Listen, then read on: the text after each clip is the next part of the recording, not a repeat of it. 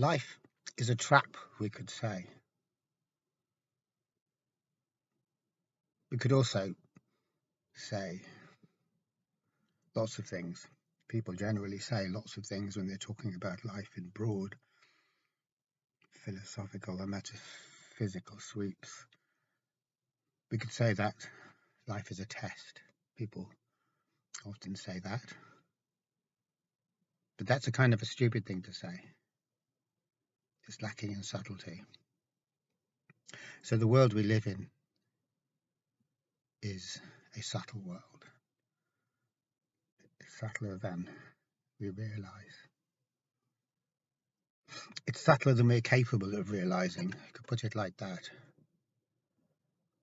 So that whenever we come across a philosophy or a statement or a thing that isn't subtle, we know that isn't part of life. It's not part of reality. It's just part of our dumb way of looking at things. That sounds disparaging. It shouldn't be. I oughtn't to be disparaging. We can't help being dumb in this way. Instead of dumb, I could just say thought moderated. Thought is dumb in a technical sense. And as long as we're thinking we're partaking in that dumbness,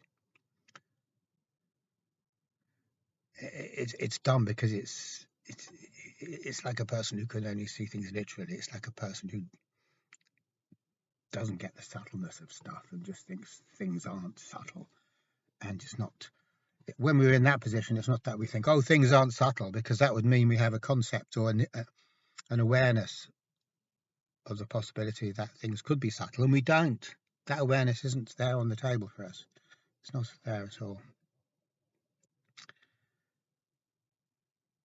So if we're being unsubtle, we could say life is a test, which is what a lot of religions say. Christianity says that. If you live it the right way, you pass the test, you get the blue rosette.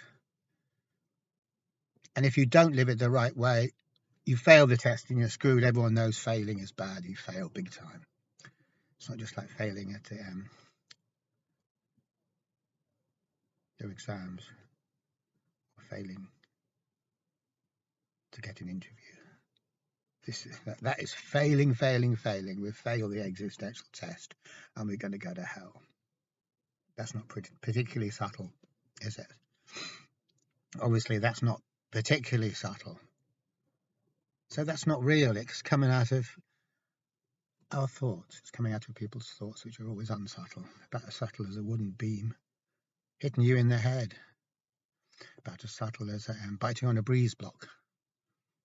There's nothing subtle about a breeze block. When you bite on it, that's not a subtle thing. It's like being smacked in the face. It's not subtle. It's just like getting smacked in the face. All this non-subtle stuff. Heaven and hell. The reason for our existence being terms of a test. That's our thinking. Thinking's good for things, but it's not good for working out what the meaning of life is. Because when we work out or try to work out what the meaning of life is, what the point of life is,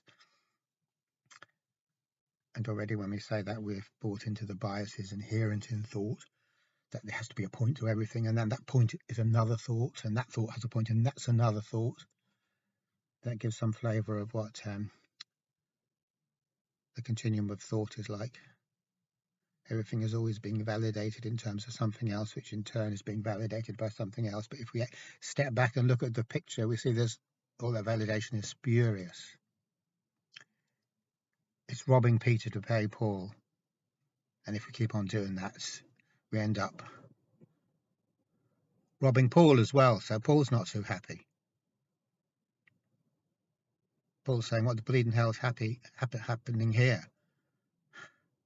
That's the kind of economy we're working on, where everyone momentarily thinks they're going to be recompensed or achieve benefit, but only that's just a thought that we will eventually, because we might seem to, but then we'll lose it again because there's nothing there. Because there's no money to pay everyone, so we just have to keep robbing people. So overdoing that particular metaphor. So, instead of talking about life being a test, we could say life is a trap, which is a lot better, I think. What is life? Life is a trap. But it's a funny sort of a trap. It's a trap we can't figure out because it's a subtle trap. Super subtle. It's so subtle. It's like, wow, that's so subtle. My brain can't even understand it because it's too subtle. And of course, my brain can't understand it. But I can kind of be aware of how infinitely subtle it is. And the reason I say it's a subtle type of a trap is because there was never actually anyone there to be trapped. And when we become free from the trap, there's no one actually becoming free. So there's a trap, all right. And there's someone who's trapped in the trap when they are trapped in the trap. But there, when you get free from the trap, we realize there is no one. And contrariwise, when we get trapped, before we get trapped, there's no one to get trapped. So that's a funny kind of a thing. It's subtle. It's not just like falling off a log. It's not like some gobshite in the pub telling you some crap, or rather. It's subtle. So we think, that doesn't make any sense. I'm not going to go there. I'm going to go for some other kind of thing instead because we don't like subtle. We don't like it at all. Can everyone please stop just being so subtle? Can the universe please just stop being so subtle? Can't everything just be crude and concrete for a change? So we know where we are with all this crudeness and concreticity. Makes everything simple. Makes everything simple, but at the price of putting us into the continuum of thought, which is a merry-go-round that never gets anywhere. There's nowhere to get. It keeps on saying there's somewhere to get. And we get all excited, but there's nowhere to get. The idea that there is somewhere to get and someone who's going to get there is a hallucination created by the continuum of thought. It's a kind of a thing you can, it's kind of like a merry-go-round or something like that. You can just keep going around if you want to.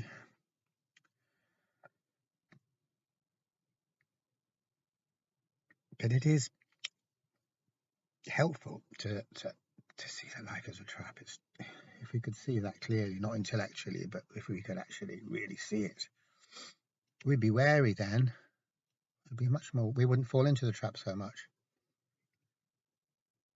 We could even do a little dance with the trap so we're not falling into it quite so much. And it's like Israel Regardie says that the magician who attains to the summit of the mountain is not the same magician who sets off on the journey. In actual fact, there is no magician when you attain to the summit. There's no anything that you thought there was. And that's what the summit means, that attaining to the summit of the mountain means seeing that there never was anything that you thought there was. And that's called freedom. Or we could call it freedom. It's freedom from the illusion of thinking that we know what stuff is and who we are. But then again, that is a summit that we don't want to attain to, because we lose stuff. We lose everything. Go to that summit, we lose everything. We're going to lose every single thing we thought we had. Everything. Nothing's going to remain to us at all. Nothing at all. And that would be not being stuck in the trap. When we lose everything we thought we had, but we don't. Which is not too hard to understand, really. We can all understand that easily enough.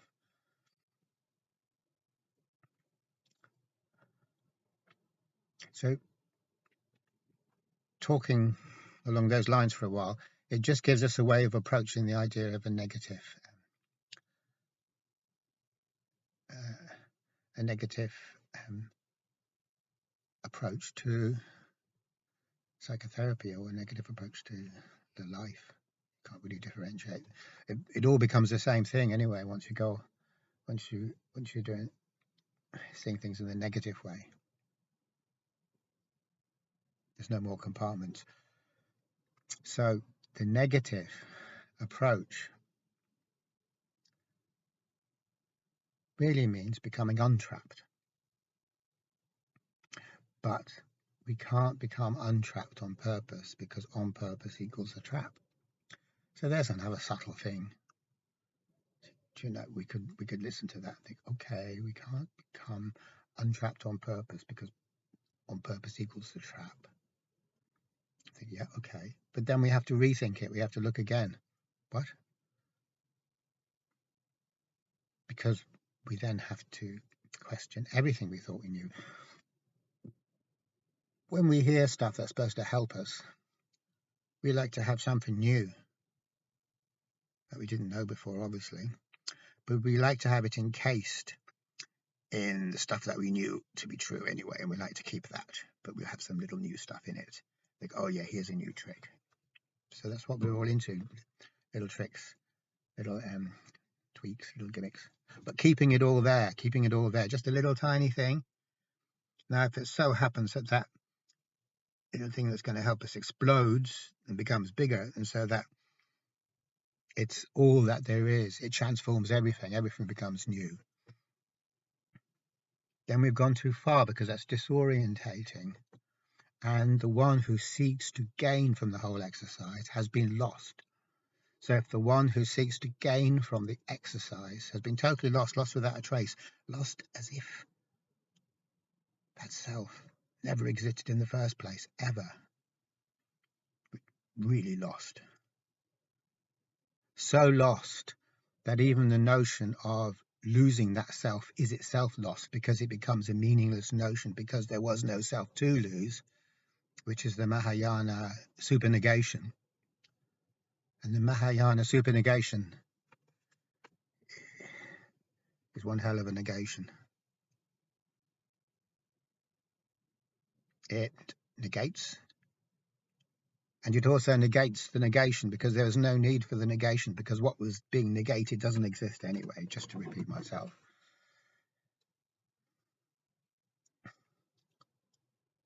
So at that point, that's too big a change.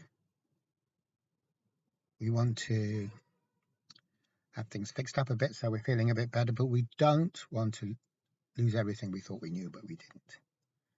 We absolutely don't want to do that. So when we say that, we can see the complete difference between positive psychology or positive therapy. What an awful term, positive psychology. Positive for who? Positive for what? Positive in regard to what? What does positive mean? Okay, we know what positive means, but it's the unconscious connotations, really. What does all this positive stuff mean? What's positive? Positive means unconscious association. It means good. It's good. Positive equals good. That's what it really means. Good stuff, the good stuff, not the bad stuff, the good stuff. That's what it means. So positive psychology means good psychology. Good stuff psychology. That's what it means. That's their secret code for positive. It just means, yeah, good. It's good stuff. It's okay. It's good. It's good for who, though? Good for what? Good in what respect? Good in reference to what framework of orientation? Because when we say good, that doesn't mean anything. It doesn't mean shit all. If I say something's good, what I mean is when I say something's good, like that's a good cake. It's a tasty cake. What I mean is it's good for me. So when I'm not talking about the external world and saying there's things that are good and bad, I'm talking about me. It's good for me because I like it. I am extending myself beyond my proper limits so that I become the world. And so it's just good then. It's not good because of me, because I'm taken for granted. It's just good. So that's how we normally talk, and that's how we normally see things. So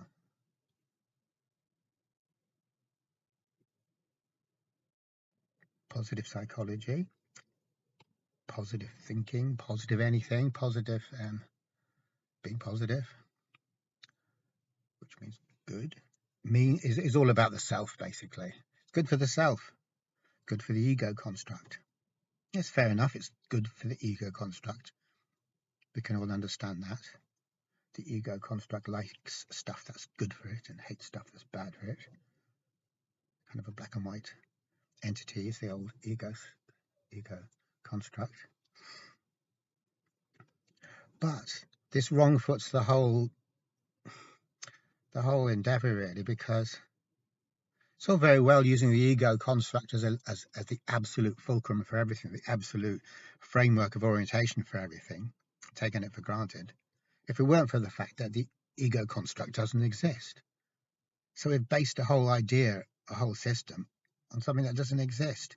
And so what good really means then, really, when you get into it, the secret implications or associations with good for the ego. And this isn't something the ego can see, because the ego doesn't want to see. It's superficial. It doesn't want to see why it likes stuff. It just says, I like it. It likes good stuff. I like good stuff. I like having fun. All of these kind of statements seems reasonable enough to say, I suppose. It makes sense to us all. But the reason the ego construct likes positive psychology is because it wants to exist. It likes the feel of it because that means I exist. I exist, even though it doesn't say that, because to say that would imply that there's a question of it not existing, and it never does imply that. So positive always means positive progress, moving forward in a nice, progressive, positive way for the ego construct, for the self. So we've based an entire system of psychology and an entire system of therapy on the part of us which isn't real, the part of us which is just a projection, a mask, kind of a face we pull. As if we're doing a skit and we're pulling a face and pretending to be somewhere. That's the ego construct. And that's fair enough, because that's what we all do. But to have a whole system of psychology or therapy based on somehow elevating this trick that we do, this posture that we take, and this position that we arbitrarily assume, well, I mean, what bullshit, what total bullshit. You can't base a psychology on that, making a fiction not a fiction. That isn't psychology, that's just wish fulfillment of the freaking ego construct, which is fair enough. Ego constructs will have a system of wish fulfillment, which they won't examine, but which they have. But that's not the same thing as a science or a discipline. That's just subjective fantasy. So all the stuff we do to kind of help us feel that this sense of a concrete identity, which is who I think I am, is improving, getting better, getting rid of all the problems, the shitty stuff. That is all wish fulfillment for the I construct, what Wu calls the I construct, or the self construct, or this concrete identity, which is not who any of us are. None of us are our concrete identities, any more than Postman Pat's pure essential identity as a postman. In Postman Pat world, really, in an oversimplified, crass and crude world, the true essential identity of Postman Pat is a postman. That's simple. But we don't live in that kind of a world. Our heads tell us we live in that kind of a world, but we don't. We live in a subtle world. And so, in the subtle world, Postman Pat isn't Postman Pat. And when he attains to the summit of the mountain, after a great deal of climbing and all the rest of it, I guess, unless there's a ski lift, he finds out that there is no Postman Pat, and that's fine. That's how Postman Pat gets out of the trap of being Postman Pat. So that's a way of talking about the negative approach. And so it's an approach that is completely has nothing to do with purpose.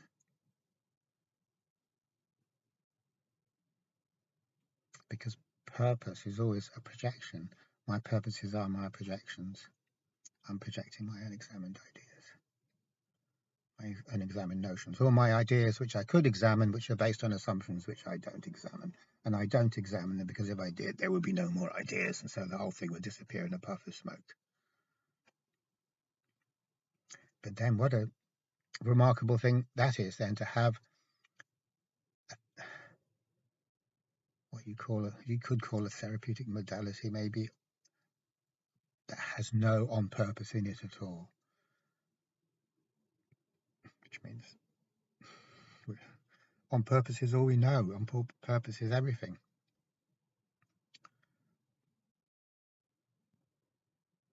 If I can't do something on purpose, then what good is it to me as a ego construct? It's totally irrelevant to me. I can only be interested in things that I can do on purpose, and on purpose means to enhance and promote the cause of the self-construct. That's what on purpose means. It's whose purpose? The self-construct's, ego construct's purpose. So that's why we have to get rid of purpose, because purpose belongs to the ego construct. But then we get to the point, well, who's this all for? What's it all for? And it no longer makes sense within the narrow corridor of attention with which we use to understand all of reality. So then if we do want to become free, we have to go beyond this narrow beam of attention, this narrow corridor of attention that we use to construct the world that we're familiar with. And we don't want to do that.